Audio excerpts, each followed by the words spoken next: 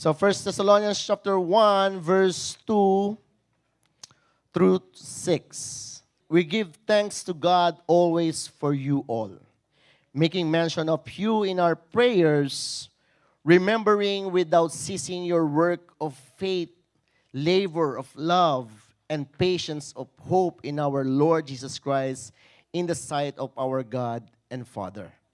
Verse 4, knowing, beloved brethren, your election by God.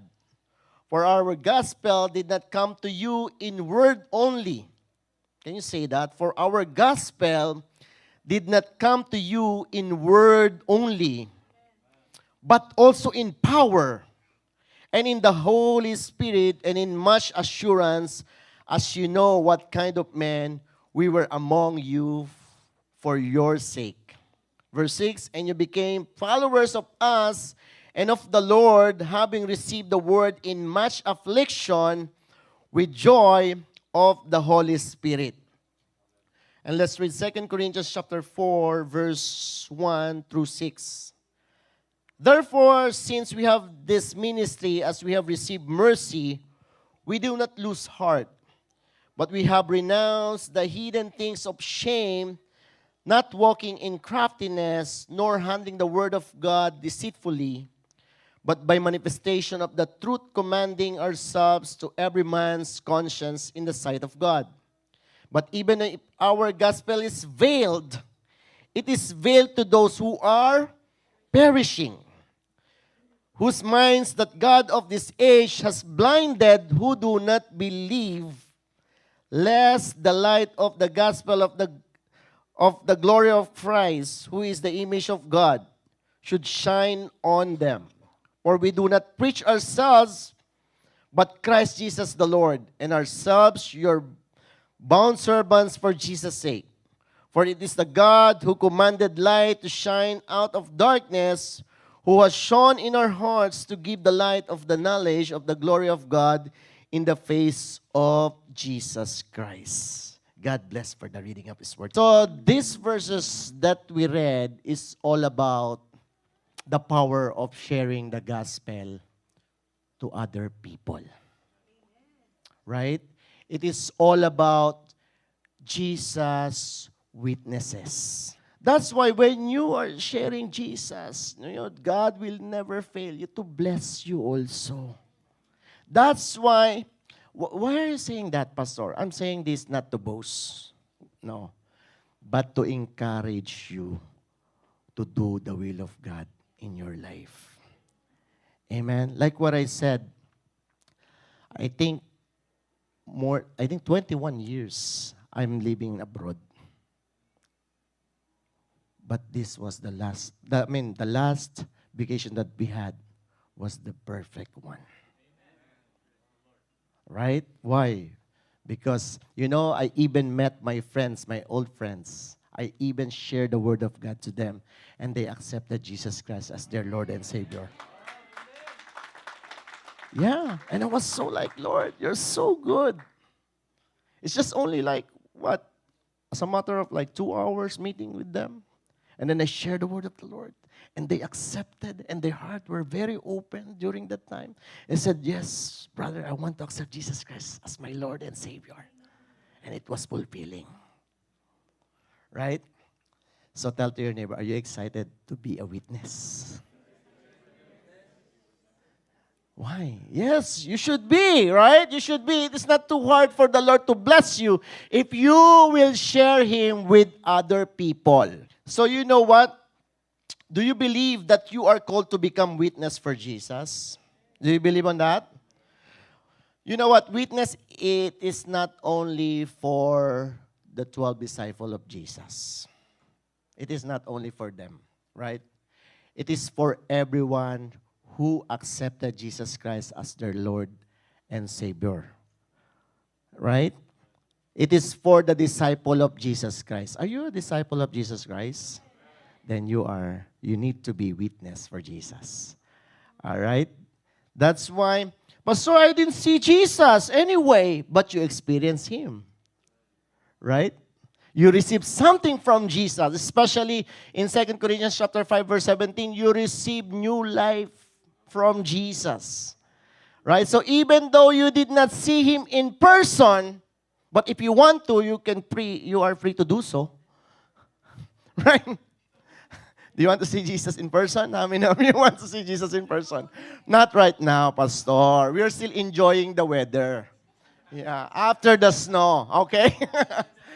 All right. So Acts chapter 1 verse 8 says, "But you shall receive power when the Holy Spirit has come upon you, and you shall be witnesses to me in Jerusalem." He's talking about to his disciple, right? Listen to this. "And you shall be witnesses to me in Jerusalem and in all Judea and Samaria and to the end of the earth." So, Pastor, this is my question. Who is the witness? All the disciples of Jesus Christ. Right? All the children of God. Although, like what I said, although we did not see Him in person, we experience His power in our lives. That's why you transform, right? You change your life from darkness to... We encounter Jesus in our lives. How many of you encounter Jesus Christ? To become a good witness to Jesus, all you have to do is to accept Jesus Christ as your Lord and Savior. To become a witness to Jesus, it is a must that you have to encounter Him first, right? You have to encounter Him first. That is very important. Because without encountering Jesus Christ, how can you become a witness? Right? You don't know Him. I don't know Jesus. You cannot be a good witness, right? So John chapter 14, verse 17 to 20, he said, "The Spirit of truth, whom the world cannot receive, because it neither sees Him nor knows Him, but you know Him, for He dwells with you and will be in you. I will not leave your orphans, I will come to you. A little while longer, and the world will see me no more. But you will see me, because I live, you will live also." Verse 20, "At the day you will know that I am in my Father, and you in me, and I in you." So this is the reason why we can become a witness of Jesus Christ, because He lives in us. He dwells on us. Right? So He lives in us, He dwells on us, the Holy Spirit is with us. Amen? So though we did not see Jesus physically, we experience Him because He lives in our hearts. Amen? As you all know, we live in a fallen world. Do you believe that we are living in a fallen world? I believe you already noticed how corrupted the world is. That is why the world needs witnesses for Jesus. How to become a good witness? In 1 Thessalonians chapter 1, verse 5, he said, "For our gospel did not come to you in word only." Right? "But also in power and in the Holy Spirit and in much assurance, as you know what kind of men we are among you for your sake." To become good witness for Jesus, you have to share the word. For the word we preach. And this is my question. What are the words you are preaching right now? Is it the word of God? We have to preach the word of God so people will know about Jesus. How did you hear Jesus? Someone shared Jesus, right? People will not know the news if you do not share it. You have to gossip Jesus. In Tagalog, you have to marites Jesus. Right?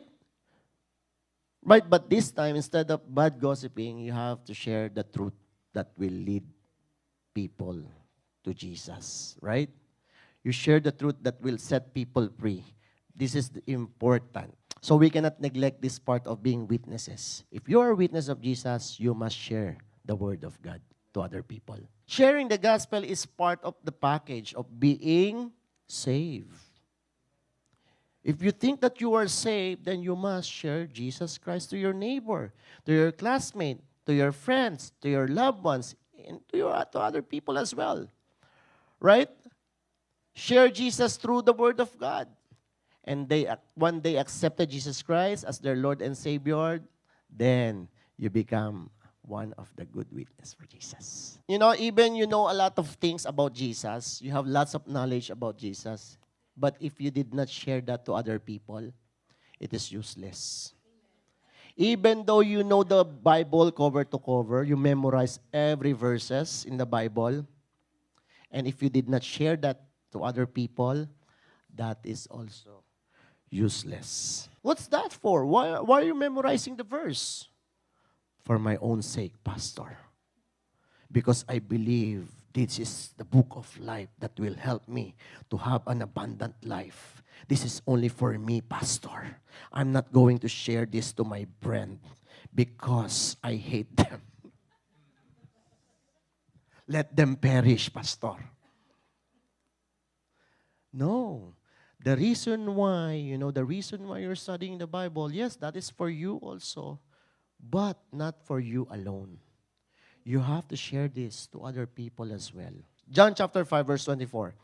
He says, most assuredly I say to you, he who hears my word and believes in him who sent me has everlasting life, and shall not come into judgment, but has passed from death into life. So when you share the word, there is a power in his word. That is why to become a good witness, you have to share the gospel, because when you share the gospel, there is no power in you.